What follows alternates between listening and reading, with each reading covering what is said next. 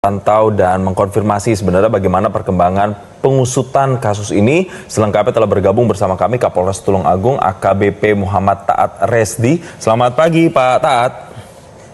Selamat pagi Mas Jason, Mbak Valen. Baik, terima kasih telah bergabung bersama kami. Tadi sudah kami informasikan memang ada tragedi begitu Pak, petasan yang kemudian menyebabkan adanya korban. Sampai dengan saat ini berapa Pak jumlah korban yang diakibatkan ulah mereka yang menyalakan petasan itu Pak? Baik, berdasarkan kejadian tersebut, ada satu korban mengalami luka ringan di tangan dan wajah, kemudian ada satu mobil mengalami rusak cukup berat, dan juga satu rumah yang mengalami kerusakan cukup berat juga, Mas. Total kerugian material itu kurang lebih senilai 100 juta rupiah. Oke, untuk perkembangan hasil penyelidikan terkini bagaimana, Pak Taat? Ya, sampai dengan hari ini, Polres Tulungagung sudah menetapkan 7 orang tersangka dari peristiwa tersebut. Ya, kejadian hari Rabu pagi itu balon diterbangkan sebelum sholat Id, kemudian meledak sekitar pukul 7, menjatuhi rumah warga petasan tersebut, dan siang kami sudah berhasil menangkap 7 orang pelaku. Dari 7 orang pelaku tersebut, 5 diantaranya masih di bawah umur, sehingga tidak kami lakukan penahanan. Kami lakukan wajib lapor, sedangkan untuk yang 2 tersangka usia 19 dan 20 tahun, kami lakukan penahanan di Polres Tulungagung. Baik, ada 7 berarti 2 yang sudah cukup umur dan 5 lainnya di bawah umur. Pak, itu yang di samping-samping Bapak, apakah itu kemudian barang bukti petasan yang memang digunakan saat kemarin ada terjadi insiden tersebut, Pak? Ya, betul Mas Jason. Jadi balon udara yang diterbangkan itu digantungkan 100 petasan ukuran kecil ya, ada di sebelah kanan saya. Dari 100 tersebut, 83 diantaranya meledak, dan ini tersisa 17 petasan yang tidak meledak, dan kemudian kami sita sebagai salah satu barang bukti. Kemudian selain 100 petasan ukuran kecil, itu juga ada 5 petasan ukuran besar. Dari 5 petasan ukuran besar tersebut, 2 meledak, dan 3 tidak meledak. Nah, 3 tidak meledak ini sudah kami amankan menjadi salah satu alat bukti juga. Jadi yang mengakibatkan kerusakan rumah, mobil, dan luka tersebut adalah ledakan petasan ini. Sedangkan untuk balon udaranya sendiri tetap terbang, tidak bisa kami kejar. Jadi yang bisa kami sita adalah petasan yang tergantung di balon udara tersebut. Mas Jason, Mbak Valen. Oke, Pak Taat, tapi kalau misalnya kita lihat biasanya kan memang ada tradisi untuk menerbangkan balon udara. Tapi apakah baru pertama kali ini digantungkan petasan oleh 5 orang anak-anak dan 2 orang yang sudah cukup umur, atau sebelum-sebelumnya memang ini menjadi kebiasaan di sana, Pak?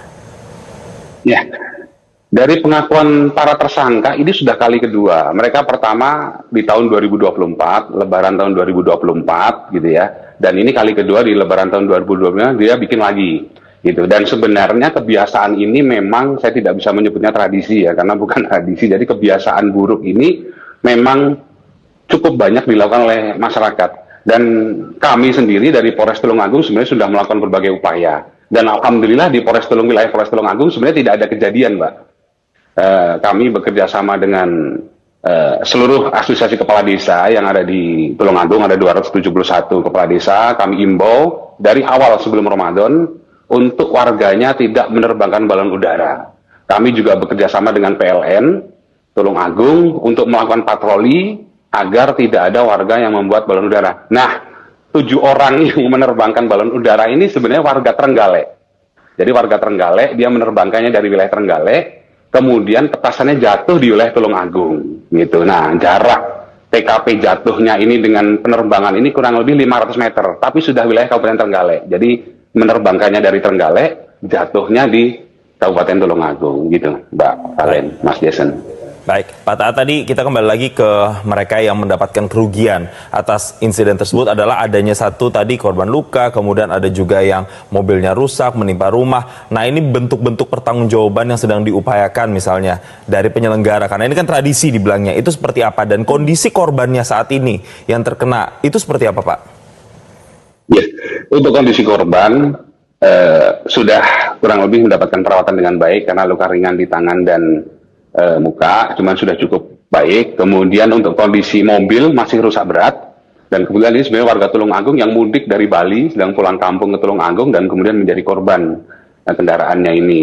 Ini juga kondisinya masih belum mengalami perbaikan. Nah, saat ini memang kemudian dari keluarga para pelaku ini kemudian tinggalnya satu desa gitu, sedang mengupayakan untuk perbaikan terhadap kerugian desa dari para pelaku ini, juga sedang berkomunikasi dengan para korban agar dapatnya kemudian melakukan ganti rugi dan lain sebagainya. Masih dalam tahap komunikasi. Namun sepanjang proses itu masih berlangsung, kami juga tetap melakukan proses penyidikan sebagaimana prosedur yang berlaku.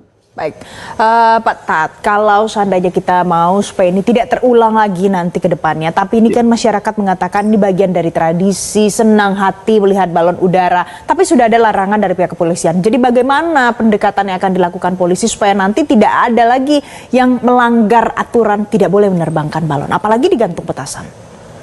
Ya, kami sudah melakukan itu, Mbak Valen. Jadi di Tulungagung ini kami beserta 271 kepala desa sudah sepakat bahwa warganya tidak boleh menerbangkan balon udara karena kan mengganggu penerbangan ya, mengganggu lalu lintas penerbangan, kemudian membahayakan ketika jatuh itu bisa mengakibatkan kebakaran rumah dan lain sebagainya.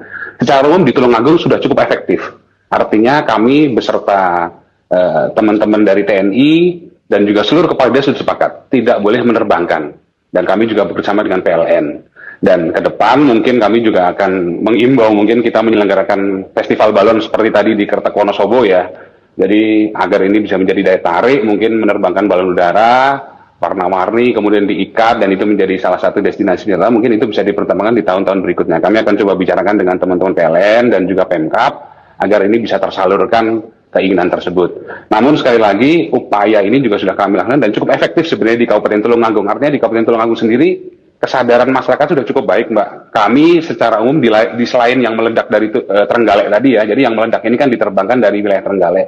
Ini kami menerima empat balon yang mendarat. Ada yang diamankan oleh warga, ada yang diamankan oleh Polsek dan juga diamankan oleh PLN. Ini kita nggak tahu terbangnya dari mana gitu kan, karena kan terbawa angin dan lain sebagainya, kemudian mendarat di wilayah Kabupaten Tulungagung. Tapi secara umum kerjasama antara Polri, kemudian teman-teman TNI dan seluruh kepala desa dan seluruh tokoh masyarakat ini alhamdulillah cukup efektif untuk di wilayah Kabupaten Tulungagung.